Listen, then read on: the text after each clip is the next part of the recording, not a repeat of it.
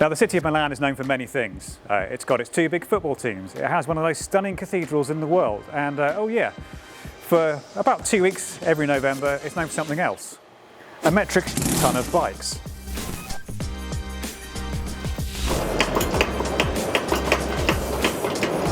Hello and welcome to EICMA, also known as the Milan Bike Show. Now, we've been roaming around filming various bits and pieces. You'd have seen we've done some individual videos on bikes. And now we'd like to round up our top 5, which isn't easy because there's been some crackers this year. We've had a good think about it. We've had something verging on an argument in the office, but after all that, we think we've rounded up our top 5 bikes of the show. Starting with the Bimota Tera.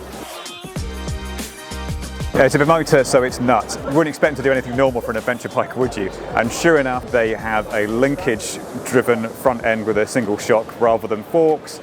It's taken off of the Tessie. It's a Kawasaki-derived frame, also uses various other Kawasaki chassis bits, and it has a Kawasaki supercharged inline 4, because, you know, why do things normally?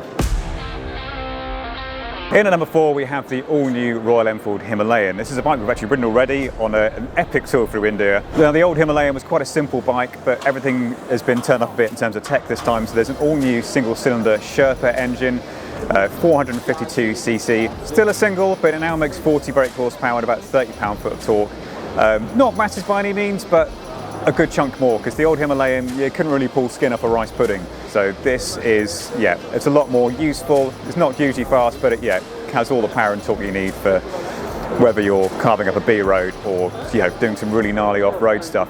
There's loads of tech stuff as well going on. There's an all-new TFT screen, there's a USB socket, there's all kinds of accessories, and it all should come in at a pretty cheap price still. So this is a really affordable adventure bike. So when you have stuff like the BMW GS, which by all accounts should be a great bike, it's very expensive. And obviously we've just been looking at some Ducatis and they're all really expensive.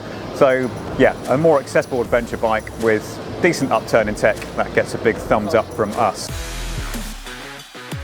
In at number 3, we have the Ducati Hypermotard 698. This is exciting for so many reasons. So it's one of the 6 bikes that Ducati revealed in the run-up to EICMA. But of all of them, it's probably the most interesting because everything else has basically been a derivative of something we've already seen. Well, I know this is kind of a derivative of the Hypermotard, but it's a derivative of the Hypermotard with an all-new engine. It's a single-cylinder engine and Ducati's first for about 30 years. To make it, they've basically taken older Super Quattro L-twin, locked the cylinder off, and somehow extracted 85 brake horsepower from a single thumper, which I think is hugely impressive. Plenty of tech as you'd expect, up and down quick shifter, wheelie control, other bits and pieces. 17-inch front and rear wheels as before with Diablo Super Rosso tyres. Now, it's fairly accessible as Ducatis go, but you know, it's still a Ducati, so it is still fairly pricey. It's 11 grand, but yeah, it should kind of attract some new people to the brand, we think. For number 2, we have a resurrection of an old favourite. It's the Honda CBR 600RR. Now, this disappeared from UK showrooms in 2017. Now it's returned. It does look pretty similar, and you know, if you look at the stats, they're all pretty similar, but they have changed quite a bit. Obviously, the most important thing is in the exhaust system. It has a whole new catalytic converter, and that means it has Euro 5 compliance, so it can be sold in Europe and the UK once again. There's some other new bits as well, some suspension tweaks and some new electronics. There's some new little winglets on the front which kind of make it look a bit like a sort of mini Firebird, which is always nice to see. I'm genuinely fascinated to see how it sells, because part of the reason that Honda never really bothered to do Euro 5 on it was because no one's buying super sport bikes anymore, or at least they weren't a few years ago. All sorts of bikes have dropped off the radar. There's very little left in that class other than the Kawasaki ZX6R. So yeah, I'm genuinely fascinated to see how that gets on in terms of sales. Maybe absence makes the heart grow fonder, and you know, people will be flocking to buy it. Maybe it'll be a bit of a dud and people will be more tempted by the bike at number 1 or stuff like it. Now, as excited as the internet is about the CBR 600RR, we couldn't really put that in at number 1 because it's not really an all-new bike, is it? And it kind of looks to the past, whereas our bike at number 1 very much looks at sports bikes in the here and now.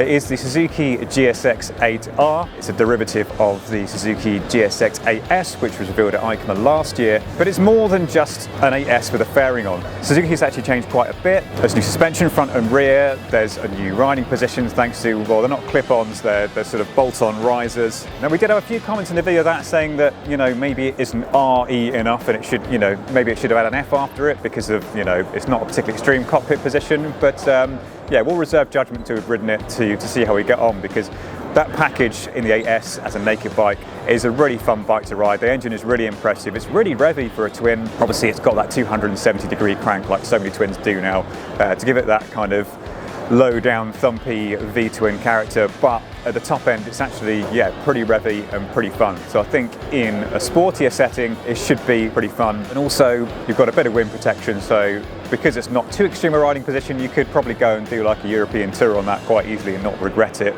by the time you get off of the Eurotunnel. It will be priced, we think, just under £9,000, which should pitch it into battle with stuff like Yamaha R7. The Yamaha R7 is a much more extreme bike though. That's got proper clip-ons and really a much more sort of forward-lent riding position. So yeah, there'll also be perhaps a closer bike to it in terms of ethos will be the Honda CBR 650R, which has just been updated as well.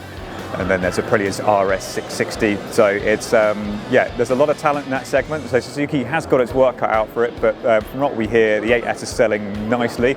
So the 8R, you know, should be the same. That's a bike we're really looking forward to riding in 2024. So that is our EICMA 2024 roundup. Do you agree with our choices? Do you think some of them are stupid? Do you think all of them are stupid? Let us know in the comments down below, but don't hurt our feelings too much. Now, if you want more EICMA content, make sure you are subscribed to Visordown, make sure you tickle that bell icon, and if you want even more news from the Milan Bike Show, make sure you head over to visordown.com, where we covered every major reveal.